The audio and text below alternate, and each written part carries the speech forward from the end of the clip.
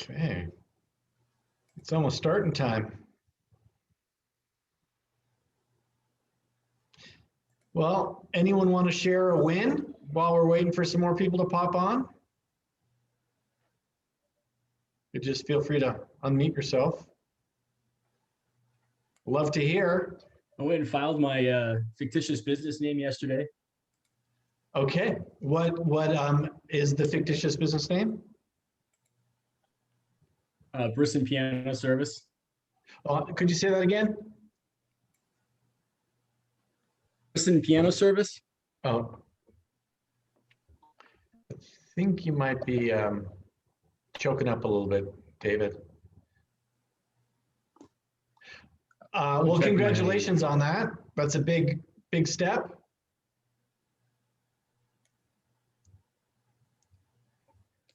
Good on you. Sometimes when I do that or hear people do that, there was the movie from a long time ago, Steve Martin, called The Jerk, where he's like gets in the phone book and he's like, I'm a somebody.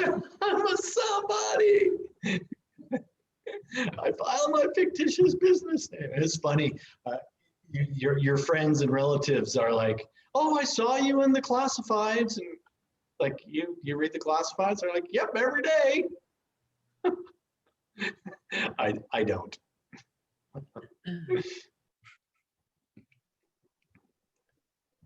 Cool. Anyone else want to share something?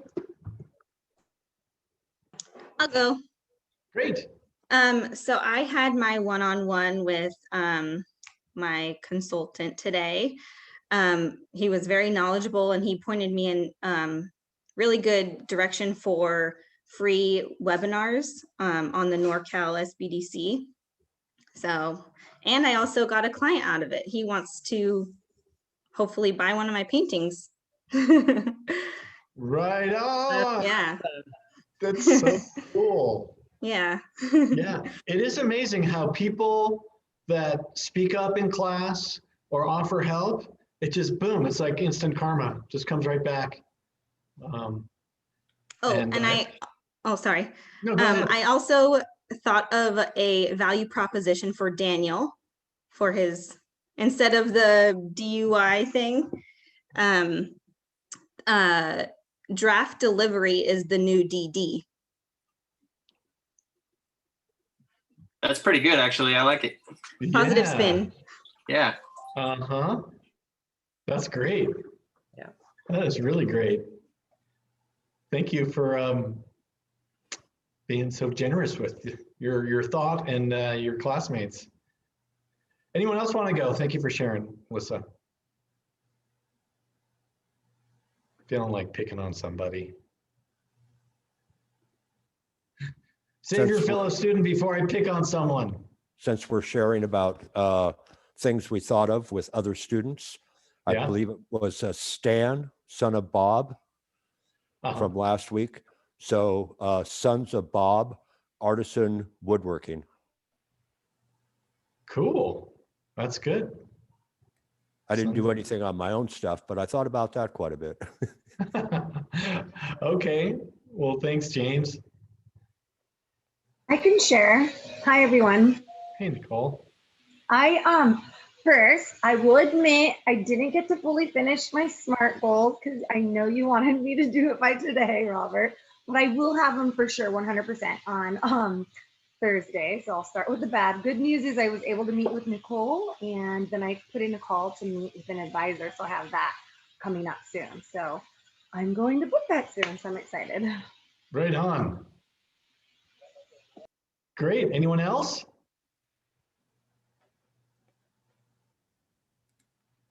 Okay, I know there's a few more people out there with wins this week. Come on. Yeah. Share. Margot does. I know Margot does. You can take the bait, Margot. No.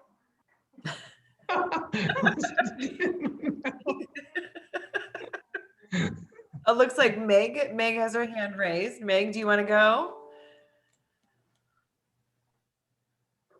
Unmute. Hi.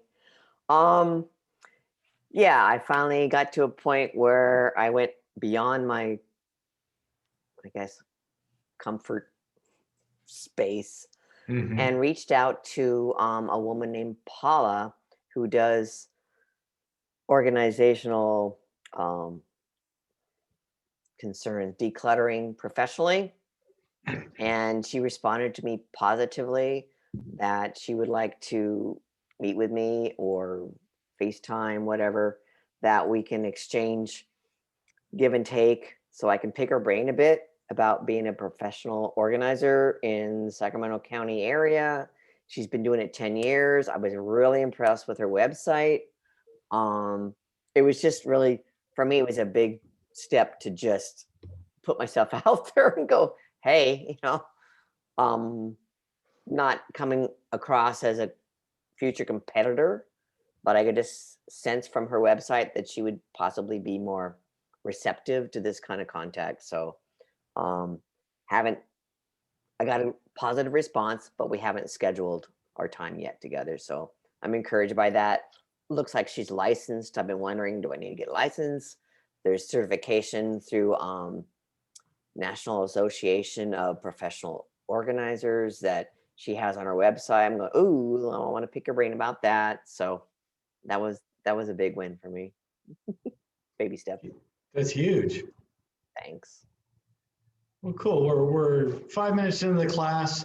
I'm gonna just be a little bit spontaneous. And clearly the collaboration is kicking butt in this class. It's really coalesced and that's so encouraging.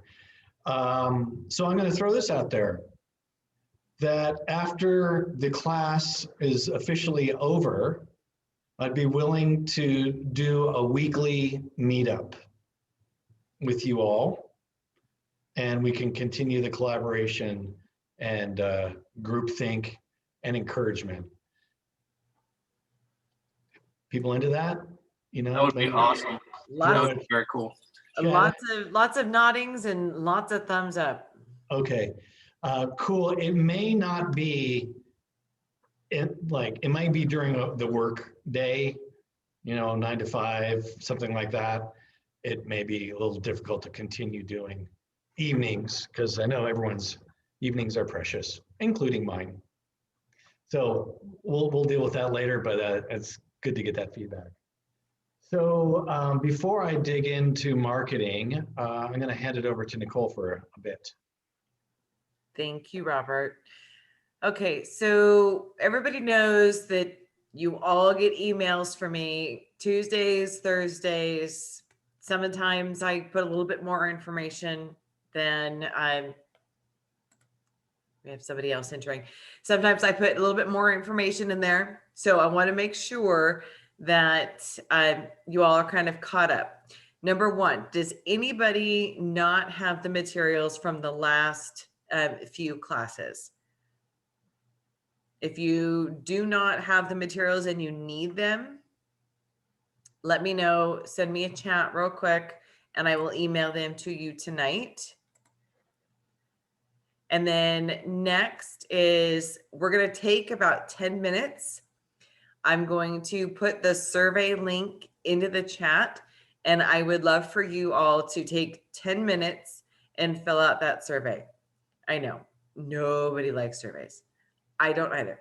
But this is how we continue to help not only you, but others who take this class.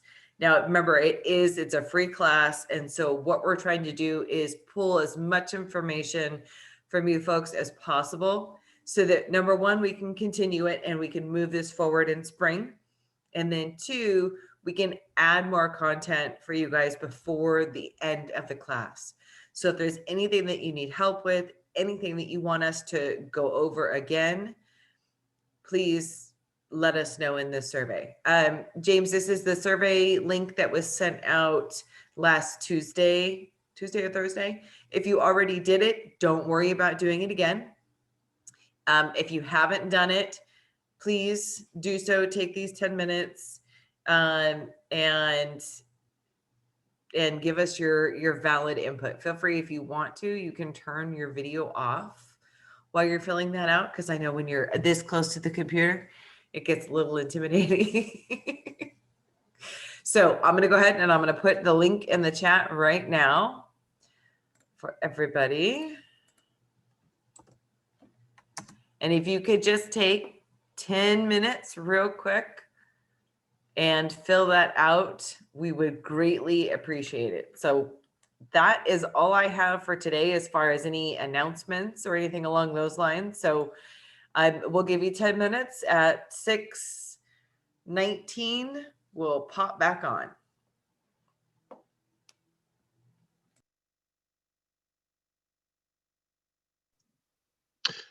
And Nicole, that link would not go through for me.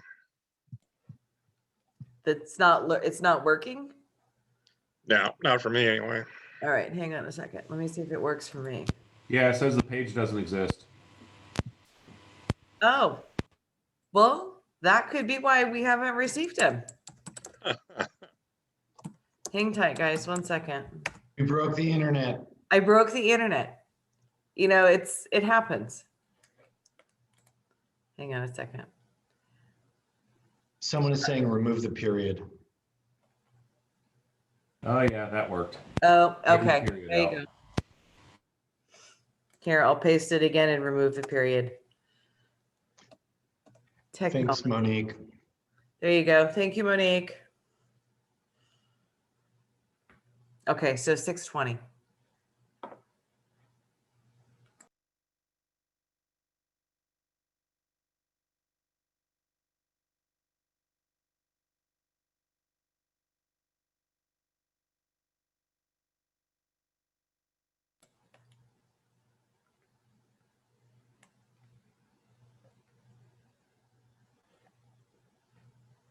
No, if you already did it, you don't have to do it again.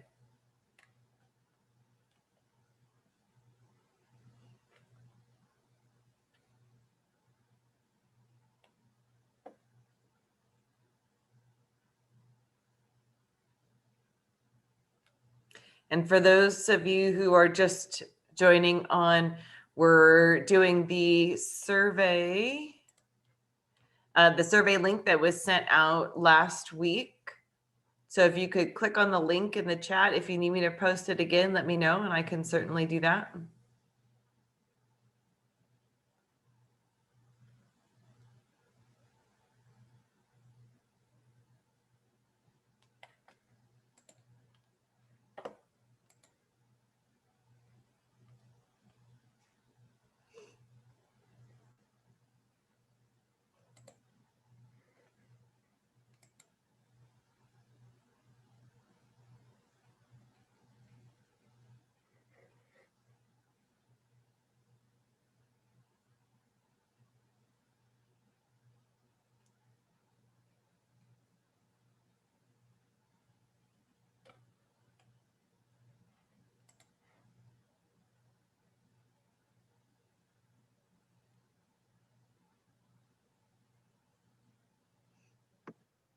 And if you've already taken the survey and you have questions for either Robert or myself, please feel free to ask away.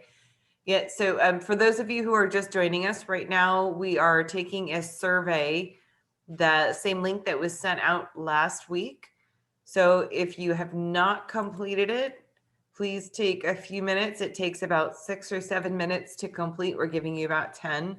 But if you could please take that survey, that would be great. If you need me to repost it in the chat, let me know.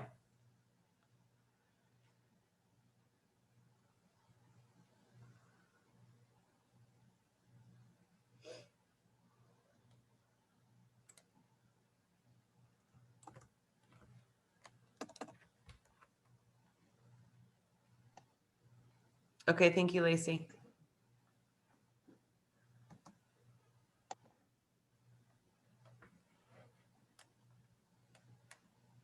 Ty, did you have a question? Your hand is raised.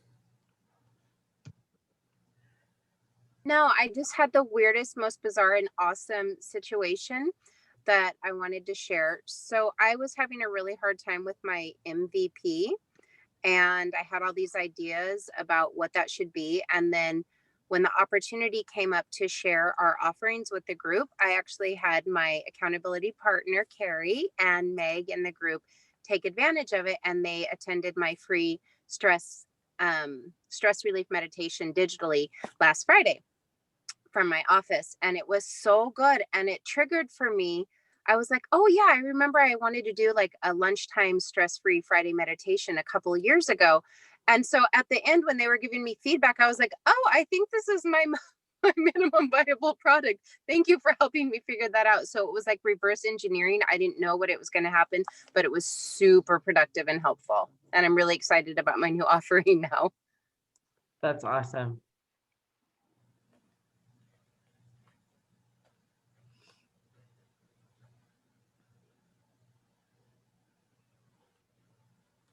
Does anybody else have anything they would like to share or any questions? We just got a few more minutes. Feel free to unmute and start talking.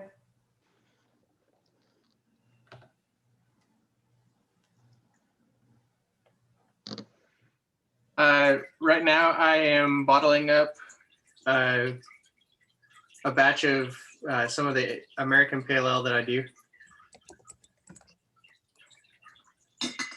That's great. Or not bottling. I'm labeling the bottles. Labeling. Sorry. That's so cool.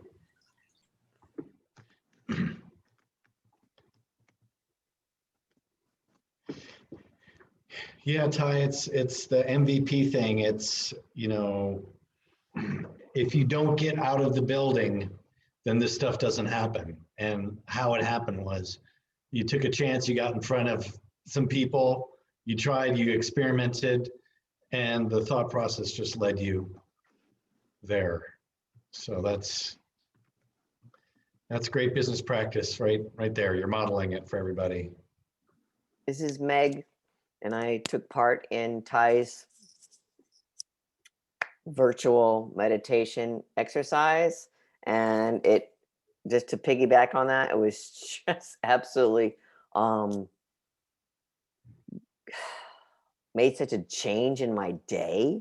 And I've done lots of meditation, but the whole breathing technique, I've been utilizing it since that. I hadn't ever experienced that one before. And I have this weird trigger thing that I start coughing. I'm just trying to breathe. I do this, to me, it's not intuitive, it's reversed breathing. And she modeled it beautifully in her explanation and prior to us starting the class. It was a really, really well spent 30 minutes that I just can't say enough about. So kudos to you, Ty.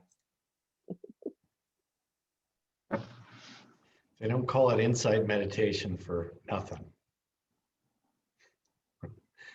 Joanna, did you have a question or? No, I'm just listening to everybody. I missed last week and I wanted to say that I was sorry, but I'm just kind of crazy at work and I want to get back in to see what you guys are doing. Well, you're in. I know. Okay, cool. Well, I think, are we? As far as my business, really, it's more planning right now than actual doing anything because of it's a gardening business in Lake Tahoe where it's snowing and it's a lot of snow. I can't do any gardening right now. Just planning. Okay. Cool. Well, I think we're ready to roll, Nicole. Can we get out of survey jail? Yes, you can get out of survey jail now. Okay, if cool. anybody needs the link, you know. Yeah, it's really going to be helpful. So thank you so much. Claudette, are you on? Claudette sent us the list she promised with all, there you are, with all these resources. Thank you so much. I browsed through it. I didn't click on all the links, but it's just a wonderful resource for everybody on all different aspects of business. You really did a great job. So thank you for sharing.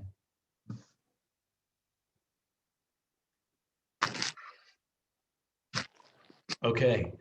Well, let's dig into marketing. It's like such a major area that we haven't really, we've kind of danced around, but really haven't dug into it. So I do have a PowerPoint today. I'm gonna jam through it.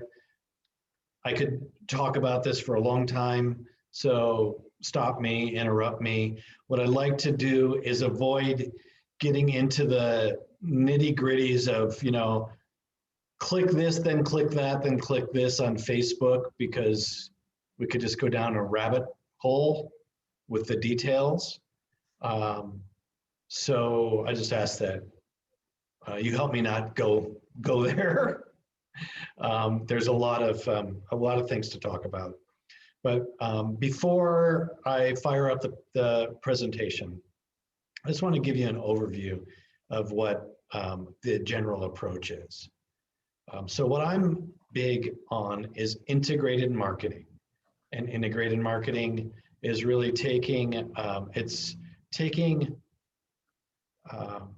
creating a story that oftentimes has a end date to it, an event or a product launch, or you know, a grand opening, or any number of things. And it's a strategy to build up excitement and have a content-rich story to tell. That you reach your target audience, you speak to them, and you have a rich storyline. Kind of the opposite of that, in my opinion, would be buy my stuff. Buy my stuff. Look at my stuff. Buy my stuff. 10% off my stuff. Buy one, get one free. People are just like unfollow, delete, super not interesting, and I can buy my stuff somewhere else. And the tendency for people, especially new people just starting your business, is like, okay, I got a website now, I need to sell my stuff. But the way to do that I've found to be more successful is to engage people and not try to cram stuff down their throat. So that's the kind of the context of today's presentation, and jump in when you want to. And you can see just the big presentation on screen. Yes, Daniel, could you give me a thumbs up or not? You're the guy on my, you just see it? Yeah, okay, good. All right, there is a big focus on social media, but it doesn't have to be just social media. Let's get this going. Okay, so there's a difference between like just straight up marketing where you're trying to promote something. And then there's content marketing, which is great content that doesn't explicitly sell your product. And if you look on social media, a lot of the successful marketing and the way, like you see key influencers, what they're doing is not, they're telling stories. They're not just selling things. So that's content marketing. There's just some terms here I'm trying to get into. And then integrated marketing is a well-coordinated campaign using different outreach methods. So you kind of have a theme that you're going with, and then there's variations of that theme. And I'll explain that a little bit more. What's really great to do is you can repurpose your content for a lot of different platforms, and it really reduces work for you. So I'm going to kind of go over some of the old ways, traditional ways, and the modern ways of marketing. They're all valid, and depending on your business, some will work better than others. But typically, I'm sorry if you guys run newspapers or something, but I really advise people not to buy ads in newspapers. It's not, you don't get a lot of bang for the buck, but sometimes you can do paid advertising, especially if you're really specialized, have a specialized product, and the magazine or newspaper is specialized to them, a trade. Earned media, let me explain what earned media is. You could pay for an ad. Let's say it's in the local newspaper, and it's $500, $1,000 or more. You know, sky's the limit. But with an integrated marketing approach, you create a great story, like Nicole and I did for this class. We got on the news. Many of you saw us on the news and registered for this class because it's a good story. It's like, there's tons of business classes, but this is, you know, how we pitched it was, this is in response to COVID, a crazy economy, and now people want to follow their dreams and start their business, and we're going to do this rapidly and get people up and running. And that's like, oh, okay, that's newsworthy. And the news station actually reached out to us, and we got on the news. So if we had a boring story, they wouldn't have done that. So our story worked. So earned media is where you don't pay for advertising, but you get a story in the newspaper. You get a story in the news. So being in the news is way better than having an ad running in between, you know, a commercial. It's people tune out the commercials, but they tune in to the news. I still like flyers and posters and handbills, but it is definitely old school printing stuff. Brochures, it used to be you just have to have a brochure to be in business, and you know, a lot of times it's just a waste of paper. Even business cards, I'm not sure I'm going to ever print up a business card again. Just, you know, send them my contact on my phone. Printed newsletters, and catalogs, all those things are kind of old school, and some of it still works. But the more modern way of doing things and the more effective way of doing things is to have your website. And someone had asked me for more information about podcasts, and I have to just say, I'm sorry, I don't know a lot about podcasts, so I can't really provide that much information.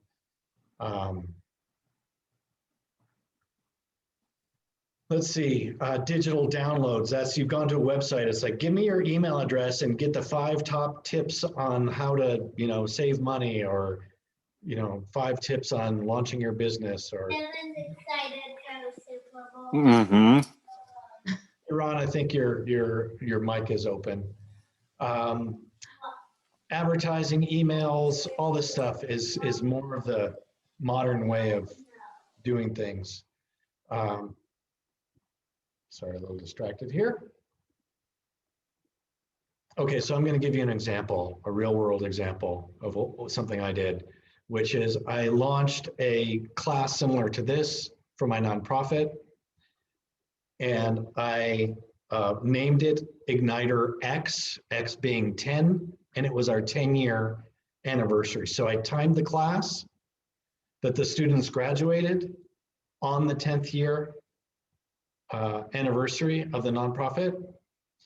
And then it was a graduation party that featured all of the businesses that the nonprofit launched. And then we had the county CEO and other dignitaries speak. And so how this was a multifaceted story is that what we do is help people launch businesses. So we're doing what, you know, along what our mission is and our vision and what our core values are, is helping local businesses start. And then it leads up to the graduation, which is also like, look at all a reunion, everyone else that's over the 10 years that have launched their business, come here. All the local food places are donating food. We had an auction with local businesses donating. And each one of the business, there was like 18 businesses, I think, that were in the class. Each one of those businesses, it's a story onto itself. Someone starting you know, there was a horse related business, there was a photography business, there was all these businesses that were local and supporting the local economy. And so there was this multiply rich story that built up momentum, that crescendoed in a party. And so over a 2-month period, we kind of beat that story, but we kept it fresh with reaching audiences in a lot of different ways. So it starts with a press release where it's the full story with the details, quotes, testimonials, whatever, and logistics about come to the party. It's at this date, this time. The website's here. All that information. That could be a great blog post as well. Send that out to the newspapers and different media people, and then do follow-up calls to them. Hey, did you get the press release? We've talked about Chamber of Commerce. In my local chambers of commerce in the Grass Valley and Nevada City Chambers of Commerce, part of the membership is a 10-minute radio spot in one of the local radio stations. So I took advantage of that and got on the radio. We got an article in the newspaper. We put flyers up around town. People, tell a friend about it. People share it on Facebook, on social media. It was in our newsletter. You just see how it's reaching, what I like to say is casting a really wide net, because some of you read a print newspaper, some of you are on Facebook, some of you are on Instagram or Twitter, some of you will see the flyer, some of you, and then at class when I said, hey, how many of you people, how many of these students found us on Facebook? How many on all these different areas? And there was 1 or 2 people in each one of these categories. So you can't count on one outreach channel to reach your audience, because they're in different places and you have to work to find them. So if you just put flyers all around town, not everyone's going to see that,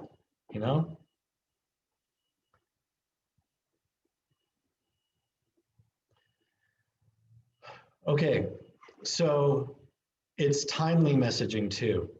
It's, like I said, it's a thematic approach, and it really helps to reduce when you're trying to promote something. Let's say you're launching your business. You're launching your business. You've got a lot of work to get everything right.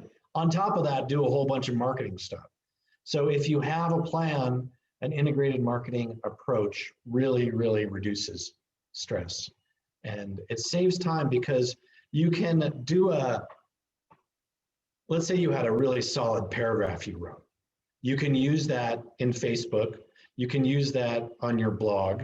You can use that for your flyer. You can use that kind of as a script when you're on the radio to direct what your messaging is. And so all throughout the whole campaign, your messaging is surrounding on key points that you want to convey about your business. So what I was trying to convey was we help local businesses start. We believe in the local economy, and that the nonprofit is a worthy cause to get involved with. And those were kind of some thematic messages we were trying to get across. So in creating an integrated marketing plan, we've talked about your core values. We've talked about your mission. We've talked about your vision. So you have those things hopefully in your back pocket, and you feel really comfortable with those. Yeah, we've been workshopping each other about, hey, tell us about your business. What's your business? And some people, I can tell, some people are getting more fluent in discussing what their business is about. And, people, it's an ongoing process.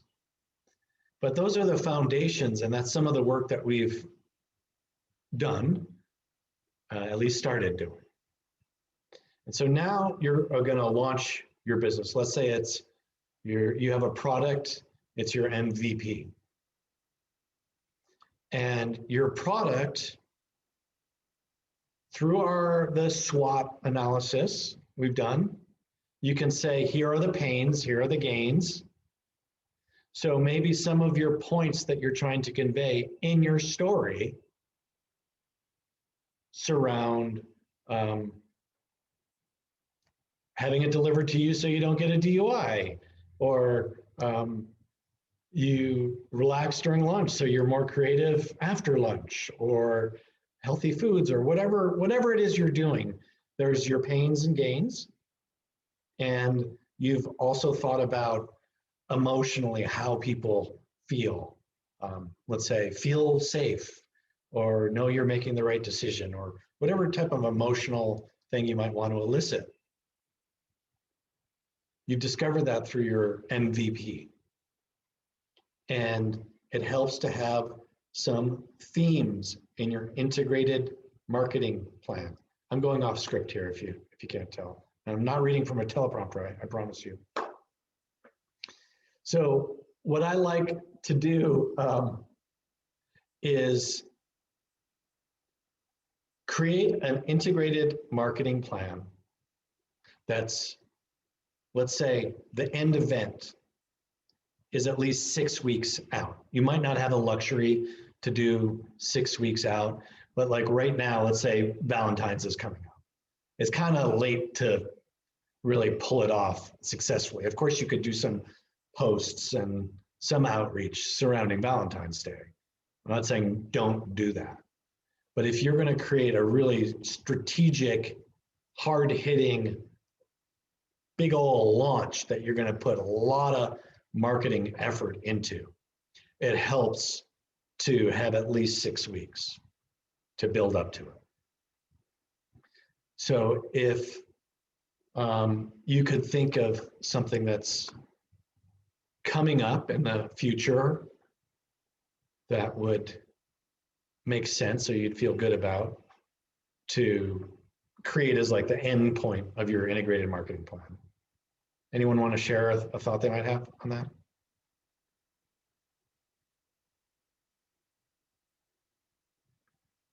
Or I could just keep on rolling. Maybe opening up a private practice and on Mental Health Awareness Month. Excellent. Mental Health Awareness Month. Great. Deanna, did you have something?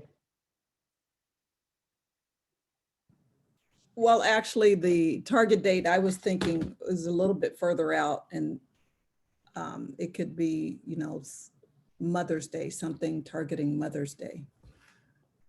Great. Yeah, and there's so many, I mean, that's, you can't get more content rich than, you know, mothers. That's, you can go all kinds of directions there, you know, that's great. So you have something that's out in the future. And then if you have 3 themes, let's say,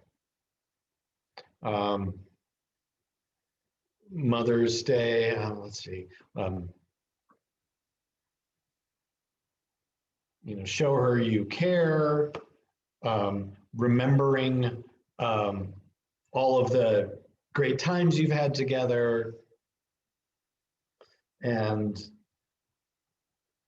you know what future things you're doing. This I'm kind of, maybe that's not so great, but anyways, you have 3 themes.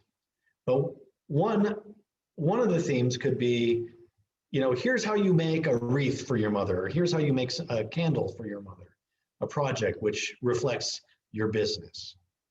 And then here, one other part of the theme is about some free event that you're doing online that's related to Mother's Day, that reflects something about your business. And then one of the themes is buy my stuff.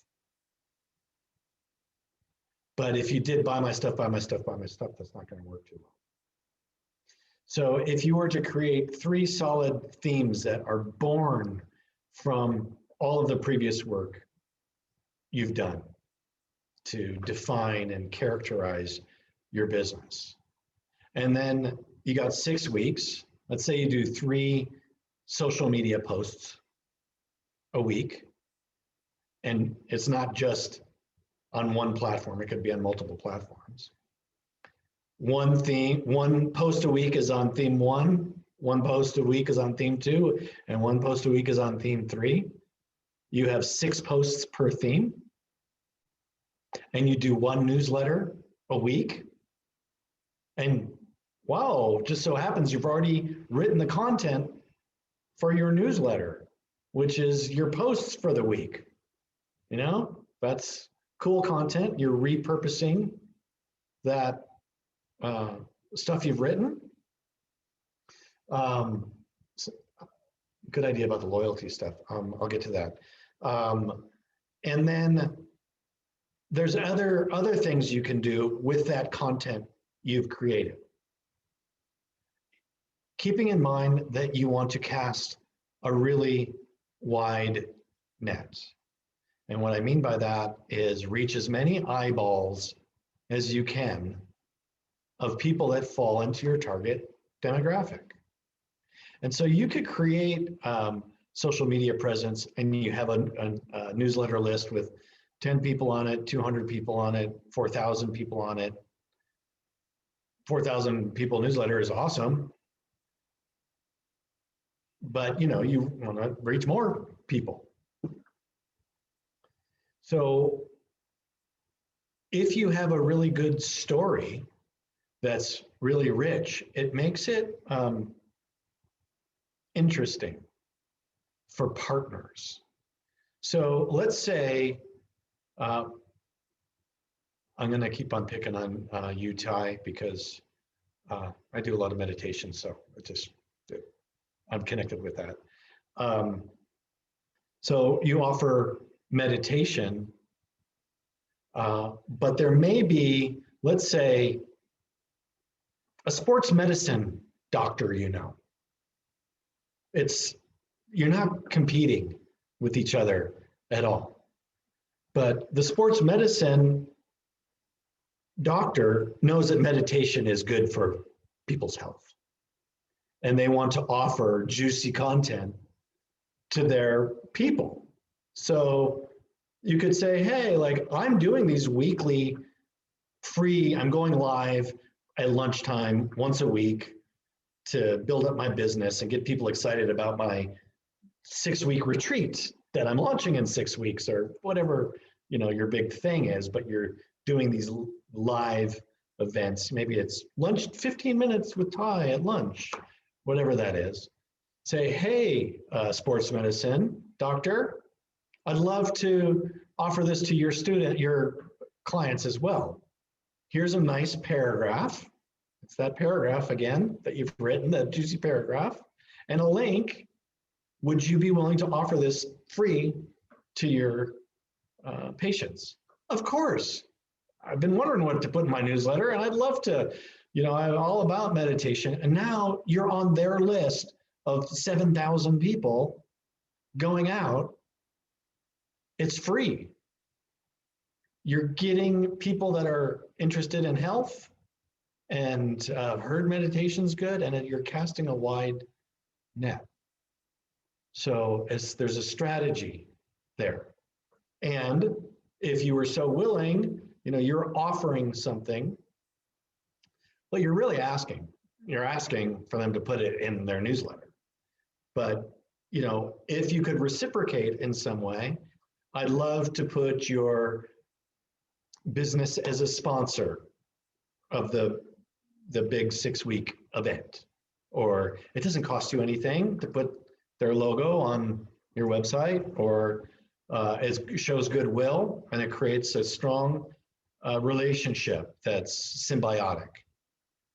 And so if you can think of these things that are inclusive of other businesses that you can leverage, and that's not a great word, but yeah, it can be symbiotic and you can reach more people. It's a really solid plan, because sometimes when you're in the system of, I need to post and I need to email and update my website and get PayPal and do the Facebook Live and call the newspaper and be on the radio, it's a lot of work. And it's like, I'm a hamster on a little hamster wheel, and there's a lot to do. But if you start with planning and you say, okay, I have 6 posts of this theme, 6 of this and 6 of this. You could sit down and spend, I'm just saying 6 hours, and you make those posts. You get the cool picture. You maybe use Canva to put some text overlay on it, make it look sweet. And you don't want to just keep on using the same image over and over again, because people just, oh, I've seen that. They don't even, you know how it is. You're just dun, dun, dun, dun, dun, dun, dun. It takes a lot to stop someone's thumb. It takes a lot to stop someone's thumb. So you want to try to stop their thumb. And it has to be like, boom, free meditation at lunch. Stop. Oh, cool. I like, you know, that speaks to me. So if you were to sit down and create what's called an editorial calendar, which is mapping out, like on Mondays, it's theme 1, on Wednesdays, it's theme 2, and on Fridays, it's theme 3. And occasionally, I'll like, if something was, let's say, really topical, if you were, you know, someone's in the commercial equipment repair, you know, if there was some new state law that says whatever, like affects the industry and it's hot news, of course you're going to post it. You have to post that. If it needs to show that you're on top of your industry.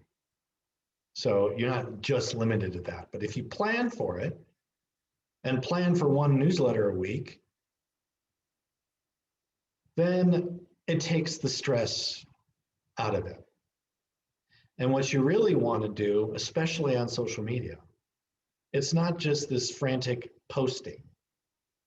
Where the gold is the interaction with people. Oh, you're doing this 3 thing at lunch? Is it strenuous? Do I need a yoga mat? Will I be speaking? Is it okay to do it without my camera on?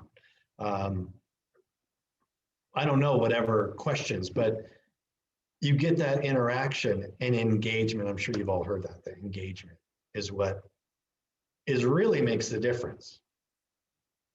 If you can make a post or send out a press release and you get a nibble back, that's what you're doing. It's not just like post it and run away.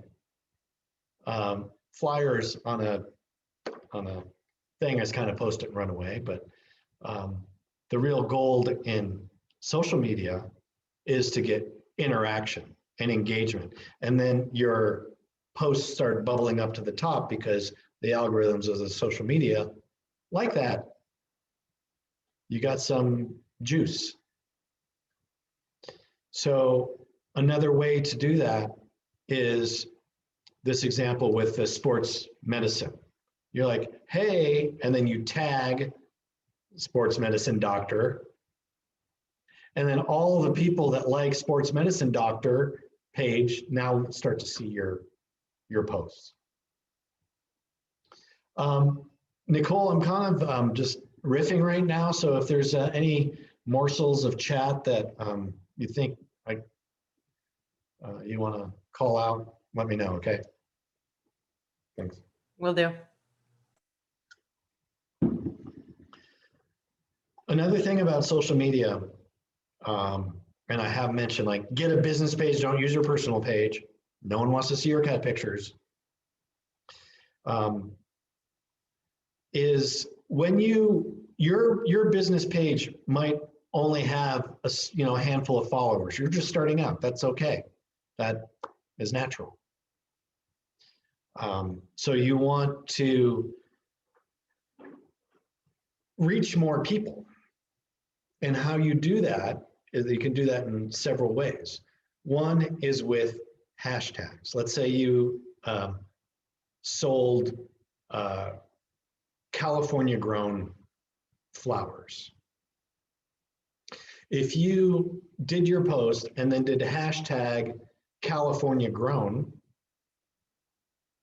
hashtag Loomis, hashtag Mother's Day.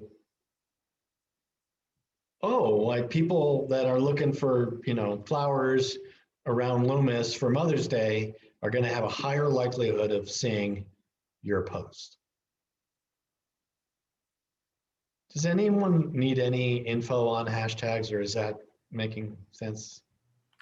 Real quick, Robert, Meg has a question. She needs a little bit of clarification regarding email domains or marketing. Regarding email domains and email marketing. Meg? Yes.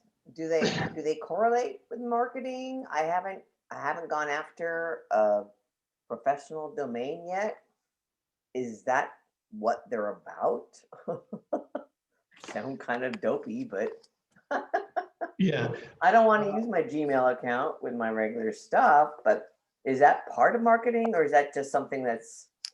It is, and I'll dig into that just a little bit, and then we can talk more about that. I'll keep that in mind for some of. How about on Thursday we talk a little bit more about that? Cool. Thank you. But your domain name, what you want in related to your integrated marketing, is you have your brand. You have what you're trying to communicate to your customers, which includes your logo, your name, your tagline, and how you're conveying your core values and mission and vision and all that stuff. You also want to convey that you have your act together and that you're professional and that you're trusted, because we know there's a lot of shysters out there and it's hard to know who to trust, especially if you're going to give them your credit card number and your email address. And we all have enough spam and we all know about fraud. So there's trust. So if I was, I am, trust me with your internet security. I'm an internet security consultant, and my email address is like 496-this bot ... and at yahoo.com. You're like, oh, what? But if it was like, security at security.com, you'd be like, whoa, this person's about security. They're serious, It just looks more professional. It's your sign that you're hanging out there. It's consistency for your business. So it's important. And in the same way, on social media, if your at symbol, if your address on the different platforms are, find me at security. If it's security, my Twitter handle security, my Instagram handle's security, my Facebook handle security. Whoa, this person's about security and they've been doing security for a long time. They must be, because they have all these great handles. So that might be a little too much, but hopefully that helps. It's not a must-have, Meg. It's a good to have. And as you move forward, you're going to want to do that. If you go to namecheap.com, it's $8.88 for a .com address. You might as well just grab it. You'll use it eventually. Stake out your territory. Michelle? Okay, so actually I did look at the Namecheap thing, but I'm getting confused. I mean, I'm going down the rabbit hole, because when you look on these sites like different like Wix and all these other website things, they actually give you the option of buying the domain name on theirs, and then but if you choose to buy it at Namecheap, then you have to pay to move it over. And I'm just really confused about all that. Okay. The best way I can explain that is like your cell phone or your phone number. You own your phone number. You go to Verizon and then you switch to T-Mobile, you switch your phone number. They shouldn't charge you. They shouldn't charge you. It's if you buy your domain through a registrar, whether it's Wix, GoDaddy, Namecheap, any millions of them out there, you own it. Don't let it expire and you can port it, you can move it around. It's your right to do that. Just don't let it expire. Always have it on auto pay. That's the last thing you want to do is have it expired, because once it's gone, it's gone. So let's talk about some details like that on Thursday. I'm gonna get back on track here, see what I've jumped around on this presentation. So here's something. When you don't know what to post on social media, I've given you some tips on the themes, but if you're building up your ability to post, one thing you can do is show that you know what you're talking about by reading other posts that are industry specific and sharing them on your page. That's like, oh, wow, this person really loves that topic. They're really into it. You're not creating a whole bunch of new content. You're sharing other people's content. And you can say, hey, I really liked when they said this in this article. What do you think? It's always great to end with a question, like elicit interaction. Like, I think this author is awesome. What do you think?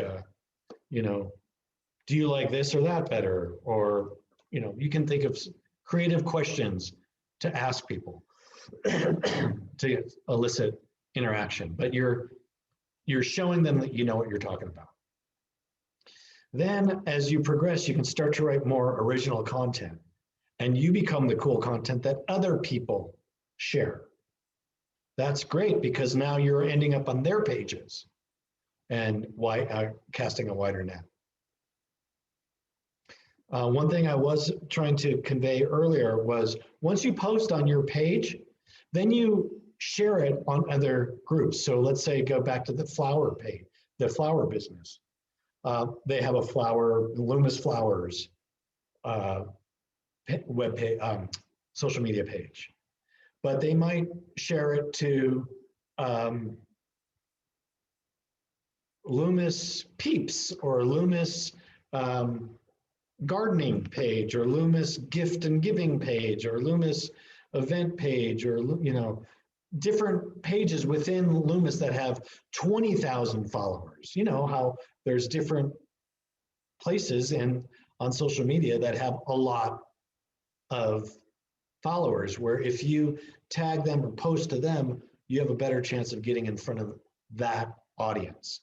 So you have to tag it with the @ symbol, or hashtag it with the hashtag symbol. And that way,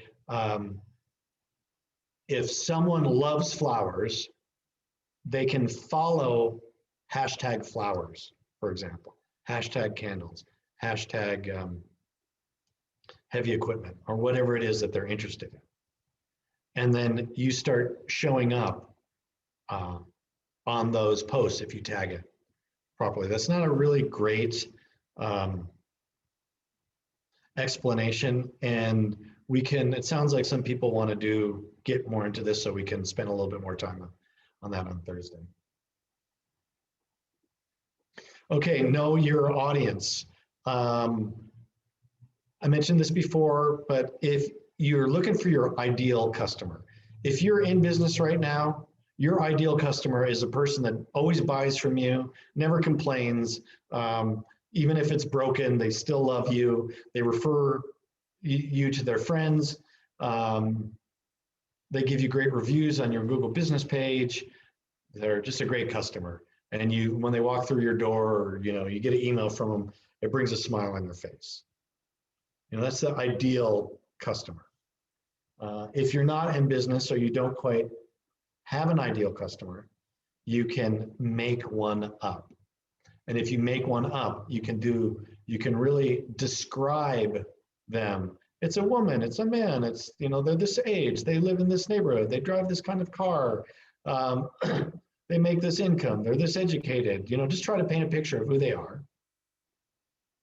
And then you figure out, where do they hang out? If you're marketing to tweens, they're on Snapchat and TikTok. You're marketing to middle-aged folk, they're on Facebook and Twitter. You know, if you're marketing to tech people, they're on Reddit.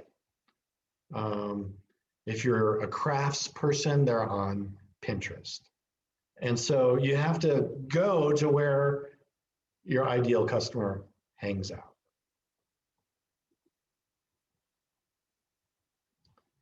So social media, you can really target down. Has anyone done advertisement on social media? I'd love to hear your experience. Has anyone given Mark Zuckerberg money? So there's a way to put advertisement on social media where you could say, okay, you have an idea of who your ideal customer is. Then you say, women between this age that have, read this magazine, that make this much income, and then say, here's $10, send them my ad. So it could be highly targeted, but you can, make assumptions about who your ideal customer is. Let's say you sell candles, but you know that, man, every person that parks in the parking lot of my store drives a Lexus. Well, maybe you advertise to Lexus owners.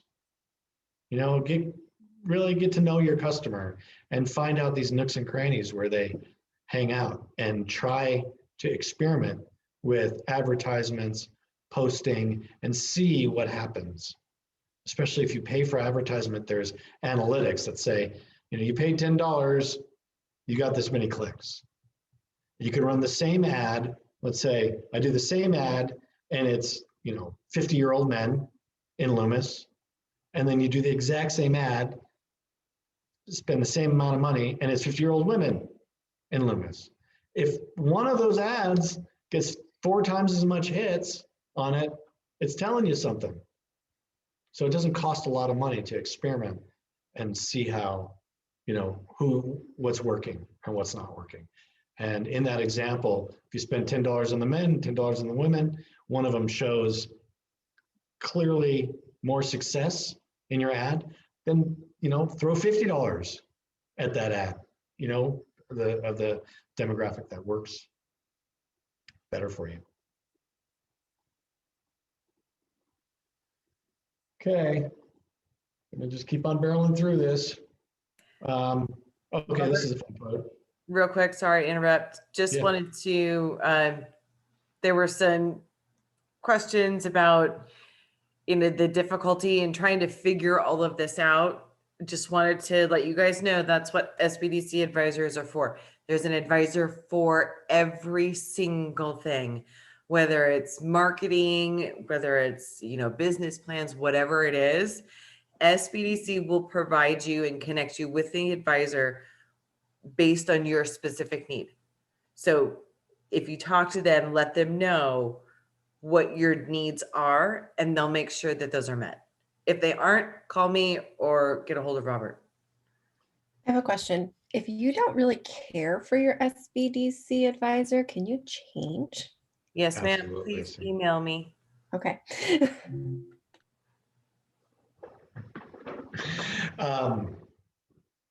Okay, so this is a lot.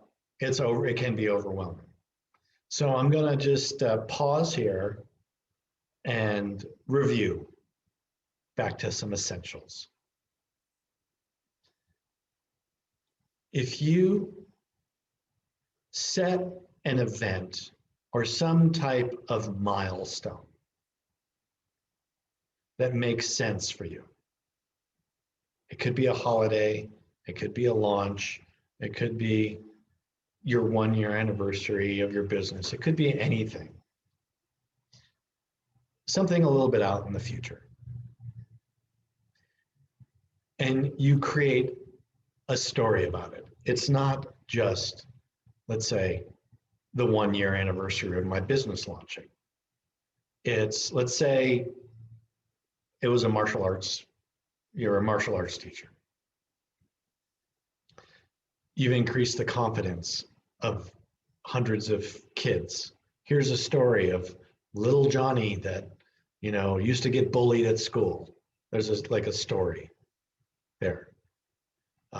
There's a father-daughter that found a new level of connection by coming to your weekly classes. There's someone that got in a potentially dangerous or a dangerous situation, and from the skills they learned through your martial arts class, they, you know, escaped without harm. Or someone that was ADD found a new way to bring focus in their life without taking drugs. So it's the impact that your business is making. It's not like, Yahoo, my business is here for a year. Great. I mean, that's good, but it's not the type of richness that can attract a story and attract the attention you deserve. A story about how kids now, because of COVID, have a sense of discipline and found a way to channel their excess energy and improve themselves in this very challenging time, and is a wonderful story that the local newspaper would love. The perhaps you could, you know, the local school district would love to send that out in their announcement to all of the students in the district. It's a wonderful, rich story that's multi-layered. So I'm not suggesting that you have to do this super complex thing, but it's helpful to have a date of something that's significant, 6 weeks to build up to it, and a multifaceted story that you can consistently make posts about. And those posts have a theme that are born out of the true nature of what your business is offering. If you don't have social media or not into social media or feel like your audience doesn't hang out on social media, or you're just super frustrated and you just hate social media, there's other ways to do it. I'm just really emphasizing social media because it's just the state of the world we live in right now. It's super effective, it's not expensive, and you can target your audience and see what works. So it's helpful. But you can partner up with people. You can get on radio. If you're part of a community organization or religious organization, there's plenty of ways to get out in front of people. That whole get out of the building, you'll be surprised what happens. Oh, I know someone that does this. I know someone that does that. Even, let's say you were doing flyers. There's an etiquette to doing flyers, which is don't ever tear someone's flyer down that's, you know, before the date of their event, and ask the shop owner. I've done this where I've walked in, I'm like, hey, that flyer on your front door is expired. Would you mind if I replace it with this flyer? Boom, it's right on Main Street. It's right on Main Street. Everyone walks up Main Street. And then they might be like, oh, you know, my son wants to just move back to town and he's been looking for a martial arts studio. Boom, you're just getting out and you'll just see what happens. So it's really complex. And if you find yourself hating what you're doing because you have a mental block Or, you might be, I'm sure you're all really great at some things, and maybe you just suck at other things, and that's just the nature of how it works. You can't be great at everything. So hire somebody. But if you hire somebody, you say, oh, I hate social media, do my social media. And they're like, okay, that's $250 a week. You're like, okay, go do it. I know I'm supposed to be doing this, go do it. And then after a month, you're like, nothing worked, it didn't work. Well, if you didn't say, I want you to post on these 3 themes, here are the pictures, here's the material, and guide them, then of course it's not just some magic thing you can pay and the problem goes away. You still have to guide your marketing activities because it's your business. If social media doesn't work, just try different things. If it's ask friends, a good strategy is you start with your inner circle, friends and family. And this, by the way, works when you're looking for funding for your business as well. You start with your inner circle. Hey, talk to your 3 best friends. They know you're excited about your business. Could you please forward this email to 5 people? Hey, my buddy's starting this business. Check it out. Here's our website. Just something basic. You're starting to reach people. You're starting to cast a wider net. And some of the examples I've used, I'm kind of an expert at this. So I understand it. And if you don't, that's okay. But you do need to market your business. There's a lot of avenues that you can do to market your business. So pick some and try it.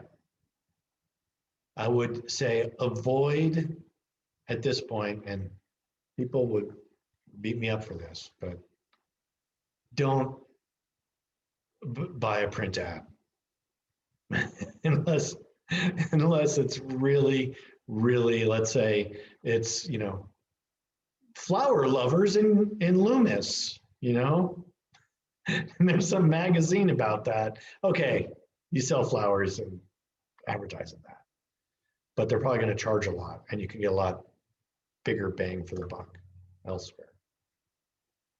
It's not just about buy. You have to do something that shows you're relatable, and go back to the value proposition, pains and gains. That's the kind of the content that you want to communicate to people. So I hope that that's taken a little bit of the pressure off. Does anyone have anything they want to talk about? Dying to get to the end of my PowerPoint presentation. I had a pain. Okay. I'm using it as a learning experience, but I did ruin a batch of pale ale that was it was probably 50 or 60 bucks worth of materials and stuff. But yeah, I messed it up, so there was 5 gallons that went bad, but it's better than it being like 200 gallons in a big fermenter or something. So definitely a learning experience. Yeah. So, everyone makes mistakes, and I bet you if somehow you turn that into something that you could laugh at yourself publicly without, self-deprecation too much, but, laugh at yourself, but turn it into like, these are lessons learned. Now we've, yet another quality control mechanism that we have in place, like flip it to, something, and people are like, you know, that Daniel guy, man, I like him. He's real. He makes mistakes like me, and he's not afraid to admit it. And, you know, I can relate to that. I really want to try his beer. I want to be a part of his success. Yeah, it made me think, and I think that I'm going to put up a whiteboard in my bottling room, and when I go through the process of making the different recipes, then I'll put a check mark next to each step that I've done, and that way I won't miss it next time. Cool. Is there anything, any types of posts that people just, it's just totally cringe that you see on business pages? You don't have a good cringe-worthy? It's cat pictures for me. Anybody? Did you say cat or cat? Cat, C-A-T. Okay. Yeah. It's like, oh, look at my cat. It's like, you sell lawnmowers. I don't want to see your cat. Like, you know? Anyways, stay on point. Stay on target is much safer. Stick with your core values.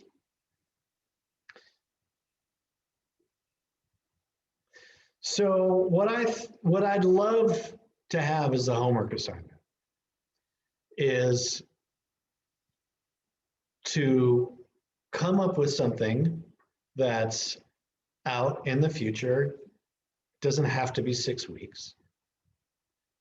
And even if this is just an exercise, it's going to benefit you because it's going to lead you to think in a different direction. So create an event, if you will, call it an event. Think of 3 themes that will help you tell your story.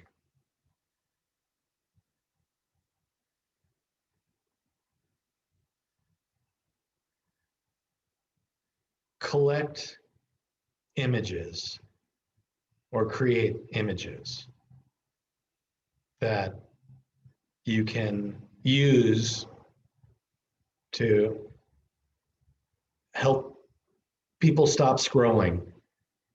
Photos. Another really, really good thing is doing live videos. It gets you a lot of attention on social media. But anyways, 3 themes, pictures, and what's the story?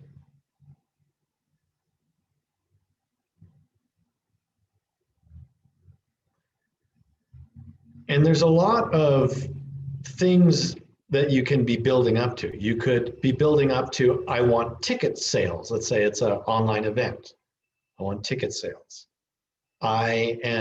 It's Mother's Day, and I'm selling Mother's Day gift packages, and you have a SMART goal. I want to sell 20 of these. I want to sell 100 of these. Your goal could be, I want to have 200 new email addresses so I can use that to start growing my marketing effort. Email addresses of interested parties is highly valuable. So it doesn't have to just be I'm selling something. It could be Facebook likes, it could be Instagram followers, it could be a dollar amount.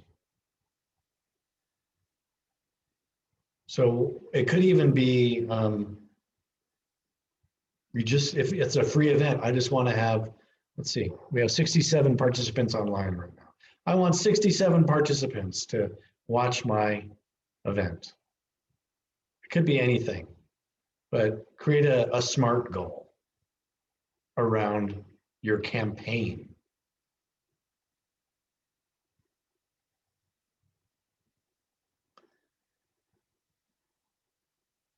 And lastly,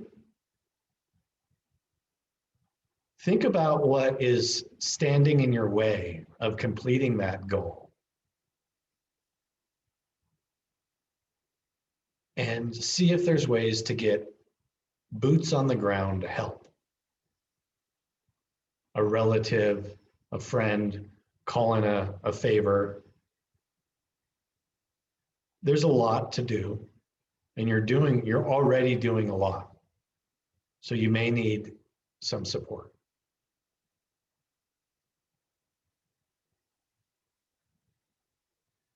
Is that clear? Does anyone have any questions about that?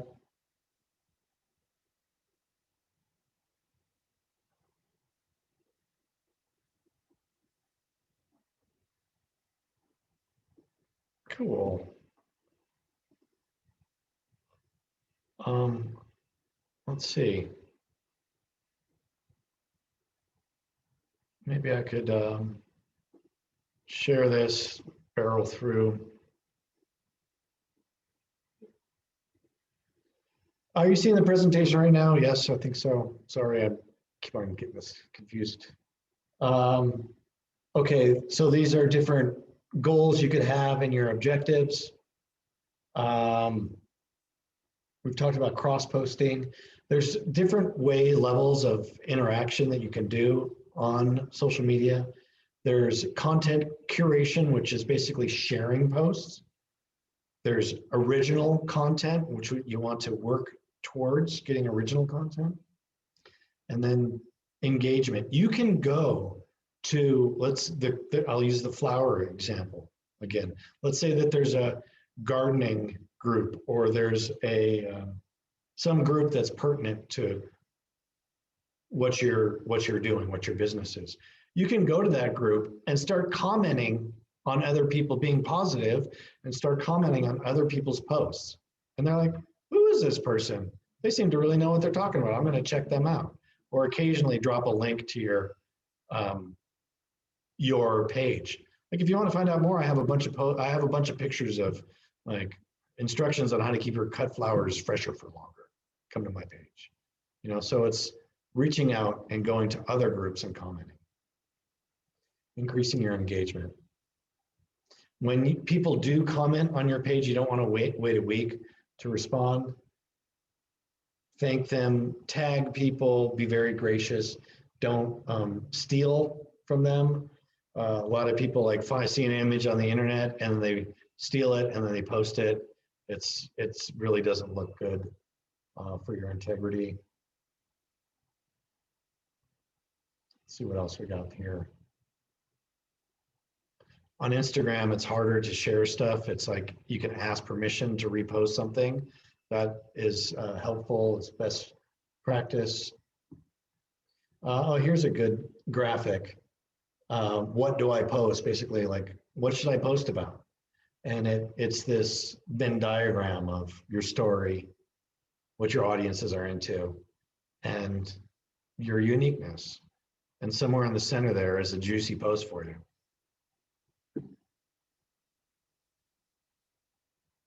So here's some ideas about what to write about. I love the company's positive impact. Like, what's the beauty you're bringing into the world? Why are you doing all this? And there's lots of examples of what you could come up with, what makes it meaningful for you to do your work.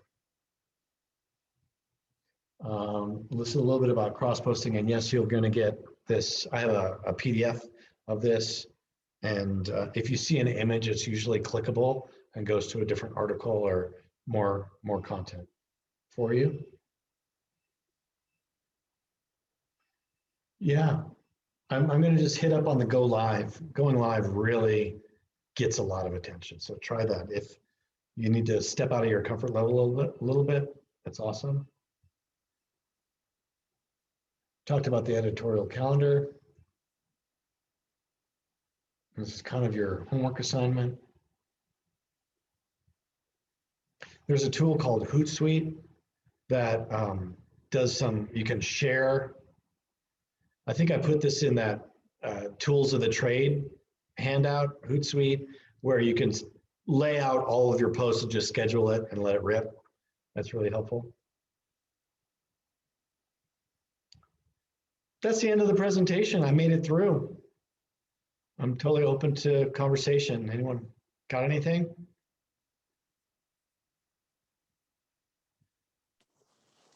Hey, Robert, it's Claudette. Hey, Claudette.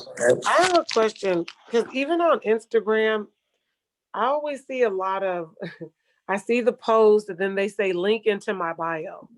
I don't want to go into people's bio.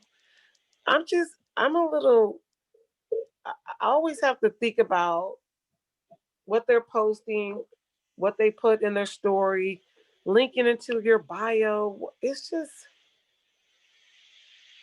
Mm-hmm. So make a question out of that, Claudette, if you could. So when we're marketing, and I use a lot of Instagram, but I notice how the story and the post are one thing, but to link into one's bio, it kind of takes you back. Just trying to think, what's a more savvy way of, if we're going to utilize Instagram, that's a lot. Putting stuff in your story, posting, linking into my bio. I've been trying to theorize, when I put my business out there, because even right now with the websites, and I noticed this with websites, like we have Instagram, Facebook, and TikTok and all these other sites, but with generating our websites, back in the days, websites were the thing to do. I love websites. I feel like we're so bound to, and you can link your website to your Instagram, but I got to look into that. I've used Facebook, and I used to have websites for because I've had other businesses. So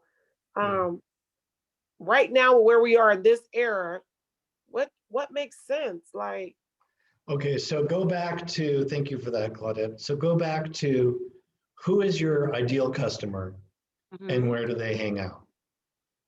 If they hang out on Instagram, that's where you got to be. Yeah. And if you don't like the platform, get some help, because that's where your customers are. A saying in business is that you are not your customer. Right. Yeah, I heard that. Yeah, so you might love, selling party supplies and equipment, renting that stuff. Right. And you might hate Instagram, but if all your customers love Instagram, you better be on Instagram. So if you sell products, Instagram is getting better at having e-commerce built into it. And there's a lot of platforms that have some integration with that. So Shopify being one of them. But you're more of a rental, so I don't know. Okay, hope that was helpful. Anyone else got something?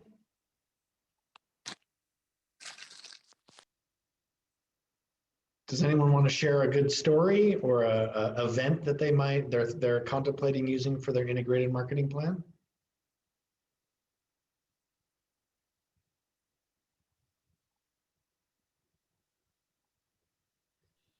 We could just wrap 3 minutes early too. That's fine. Oh. Yeah, Troy, go for it. Hey, I was just curious what your thoughts were on using something like Patreon to make money. Have you seen it be profitable for companies or not? It is starting to be. Patreon is an awesome site where you have whatever your talent is. It's really great for content generators. So let's say it's a musician or a visual artist, things like that, a poet. And then think like Renaissance, where an artist would have a patron, and that patron would pay the artist to do the work. Well, this is a platform that you could say, subscribe to me and you get one song a week, or you get to give me feedback on the lyrics, or there's some level of interaction, but you subscribe to an individual and then you get something regularly. It's taken a while for that platform to take off.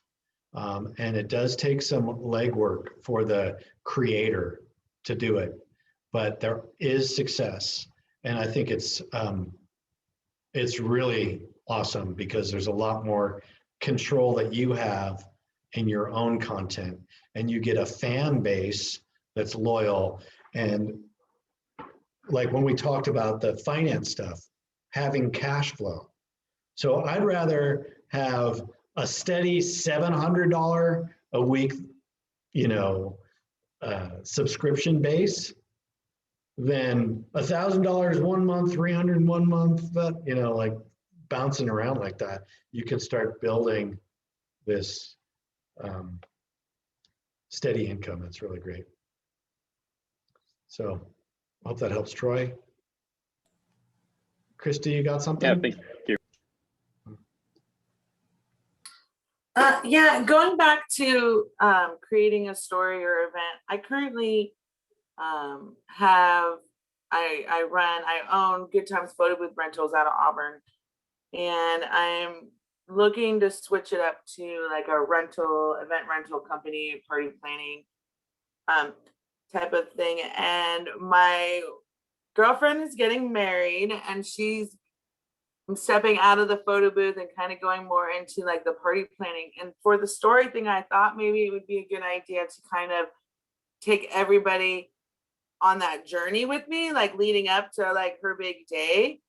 I'm just not sure, because she doesn't want a lot of the stuff that like the decorations and the stuff that we're doing. She wants it to be a surprise for a lot of her guests. So I'm curious, how do I kind of post like, look at these beautiful like columns that we're doing, or look at this without spoiling it? Or do you think I should just not? Are you in the same friend group? Yeah. Well, I have a business Facebook page, and then I have a personal Facebook page, but I think she's one of my followers on my business page too. Yeah, you would really need permission from her. Yeah. To do that. I would encourage you to do what you're saying to do, but maybe wait and use that for content post-wedding, because it's awesome content. Yeah, that's a good idea. Use it after, like make it, but then use it after the wedding. Yep. Like, could I change the name to be like fictitious so people still kind of think that we're leading up to a big day? Or no, just be honest and be like, this is what we did. You don't want to mess up someone's wedding and get bad. Oh yeah, no, she's already guaranteed to give me a good review, no matter what happens. Right, that's cool. So however you can remain in integrity and not ruin her wedding. Yeah, push agree 100%. Yeah. Okay, well that's a good idea though for creating the storyline and stuff. Yeah, so and I'm interested to hear on Thursday where you come up, like where you're at in a couple days. Yeah, okay. I'll have to talk to her. Okay. Caroline. Hi. I just wanted to share like a positive story on the power of social media. The beginning of the pandemic, I have a business that sells candles and homemade, handmade home decor items. And I do mainly shows like craft shows. And I am in a store up in Cameron Park where we are a collection of vendors. And once the pandemic started, the rug got pulled out from under us. All of our shows were canceled. The store was closed. So we had to rethink, what do we do? How do we stay in business? So we used our social media platforms such as Facebook and Instagram and created a website and said, hey, all of our sales have now gone online. You can find us here, farmfreshdigs.com. And what happened is in the beginning, everybody wanted to support small business. So not only friends or previous customers ordered from us, but somebody at Good Day Sacramento happened to be on our Facebook page, saw the story, said, hey, here's a great story of how our business reinvented itself to stay afloat. So they did a story on us, on my little tiny business that's run out of my kitchen and garage. And we got a ton of business from it. So that's just like a little. Right on. Yeah, it's amazing how if you get to the right person and have the right story to pitch, you know, that's their if news comes to the people that need to fill the airwaves of the newspaper, they're gonna, oh, that's cool. Okay, cool. We'll fit you in. They love it. Yeah. So, yeah. It sure worked for us. That's great. It's 7:34. We're over. I totally understand if you want to check out. We can keep this rolling for a little bit. And I'm really looking forward to Thursday. Thank you for the surveys. It'll really help inform us on how to move forward for the rest of the class. So see y'all. And I'm going to hang out for a little bit too. Thank you, everybody. Thank you. So we had a couple questions in the chat. Robert, we'll see if they. Thank you, Robert. Oh yeah, thank you.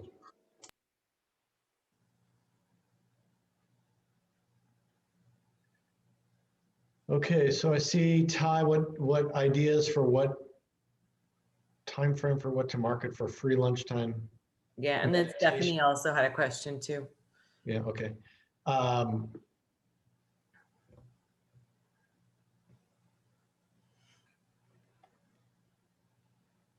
I don't know. It's like stress.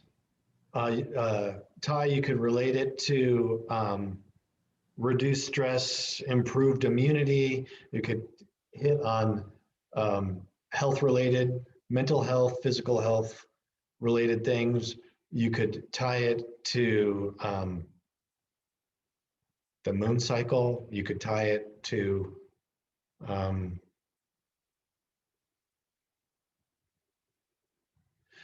just sitting at your darn home office, Zooming all day and needing to just take a break from that.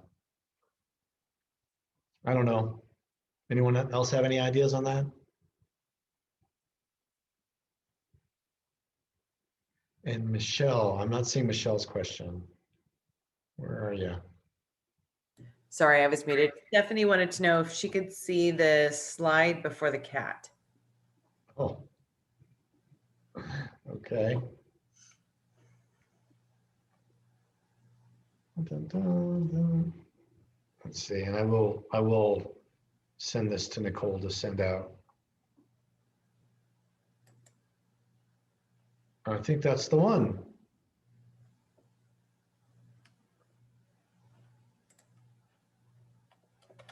Good. Anyone else want to unmute or? Robert, can I ask you a question? Sure. Go for it. Oh, Courtney, you just remuted yourself, I think. Sorry. Okay. Can you hear me? Yep.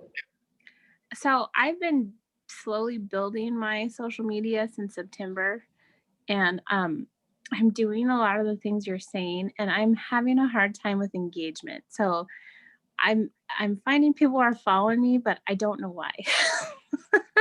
So, I mean, obviously they're there because it's for my son. I started a page to educate other parents about having a cleft baby and feeding them and things like that. So, but it's really hard to get that engagement with them. So do you have any tips on, like, once you've been there, you know, and you've gotten everything set up and you're going, how do you then build that community? Like I comment on other people's things and I like them, and, you know, I'm trying to build relationships with them. So is it just something that comes over time, or is there something that you can do? I don't know. I don't feel like they associate me with the account so much as like my son, because I post pictures of my son, which is not something I always intended to do, but it's sort of like I pigeonholed myself into that. So do you have any tips on that aspect of social media? Yeah, I would try even harder to ask questions. You can also do polls or surveys to get some interaction going. You could try going live. You can go to other pages and interact more on other pages, engage more on other pages, and really being vulnerable and saying like, man, like this was really hard. Does anyone else have a similar experience? Just like Daniel was like, yeah, I messed up a $60 batch of beer. That sucks. Anyone else do that?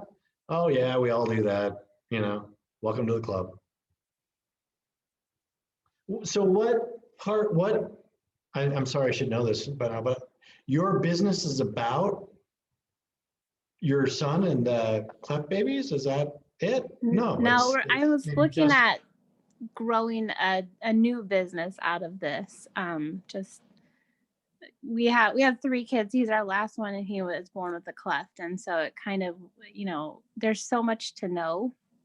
And so I just remember when I started out, I was so overwhelmed, and so I just wanted to know all the information. So that's where it started from, was just trying to help other parents get started. And so I was trying to figure out, there's business avenues there, but I just don't know exactly what they are. I'm just trying to figure out who is even my market, if you will, just trying to have genuine connection with people that are in the same boat as I am, I guess. Mm-hmm. Yeah, it's an interesting challenge because it's very personal, and also it's, you know, kids, and so there's privacy issues with kids. And one of the things that came to my mind was, I wonder if there's a forum for affected youngsters, if they would have a peer group to talk about. Yeah, I don't know.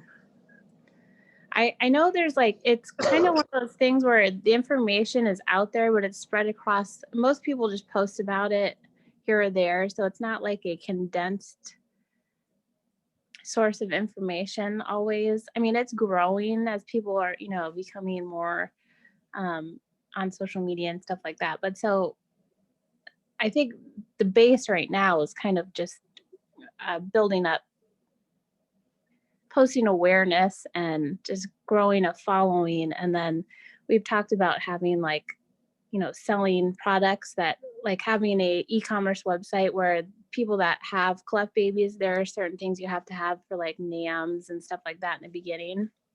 And then partnering with a nonprofit or something like that, where we could give proceeds to them, or, you know, stuff like that. So if you have a website, and one of the things that really leapt out at me was there's no one source for all that information. That seems like that's a huge opportunity for you and a great service for you to help your target audience. So yes, you're selling products and that's how you're going to get paid, but just take that off the table for a second. There's parents that have, they need to learn about this, and it's, say, very important. And they're probably struggling for answers. They come to your site that has republished, you know, however you can honor copyright laws, but here is the mothership of all information. Mm-hmm. And you work to create that. which will take a lot of work. And then you put that on your website.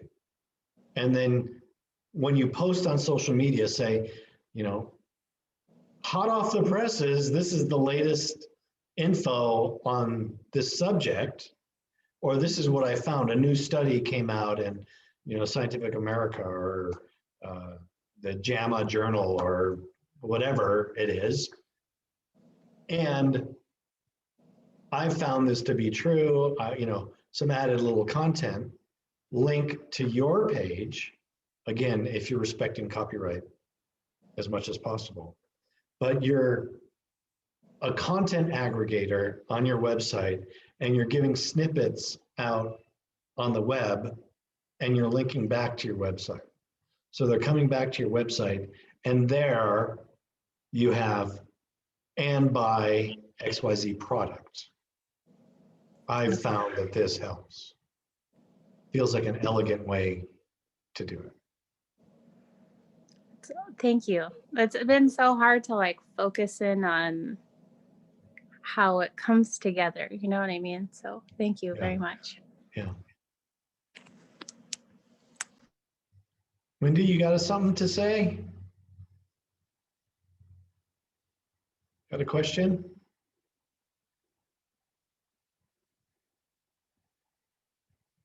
Cool, I think Nicole is checking out. I got a few minutes left in me. Anybody? All right. See you guys. Thank you guys.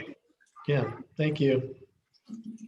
Thanks a lot. See you on Thursday. Everybody, have a good night. Yeah, I'll send you that PDF, Nicola. Perfect. Thank you, Robert.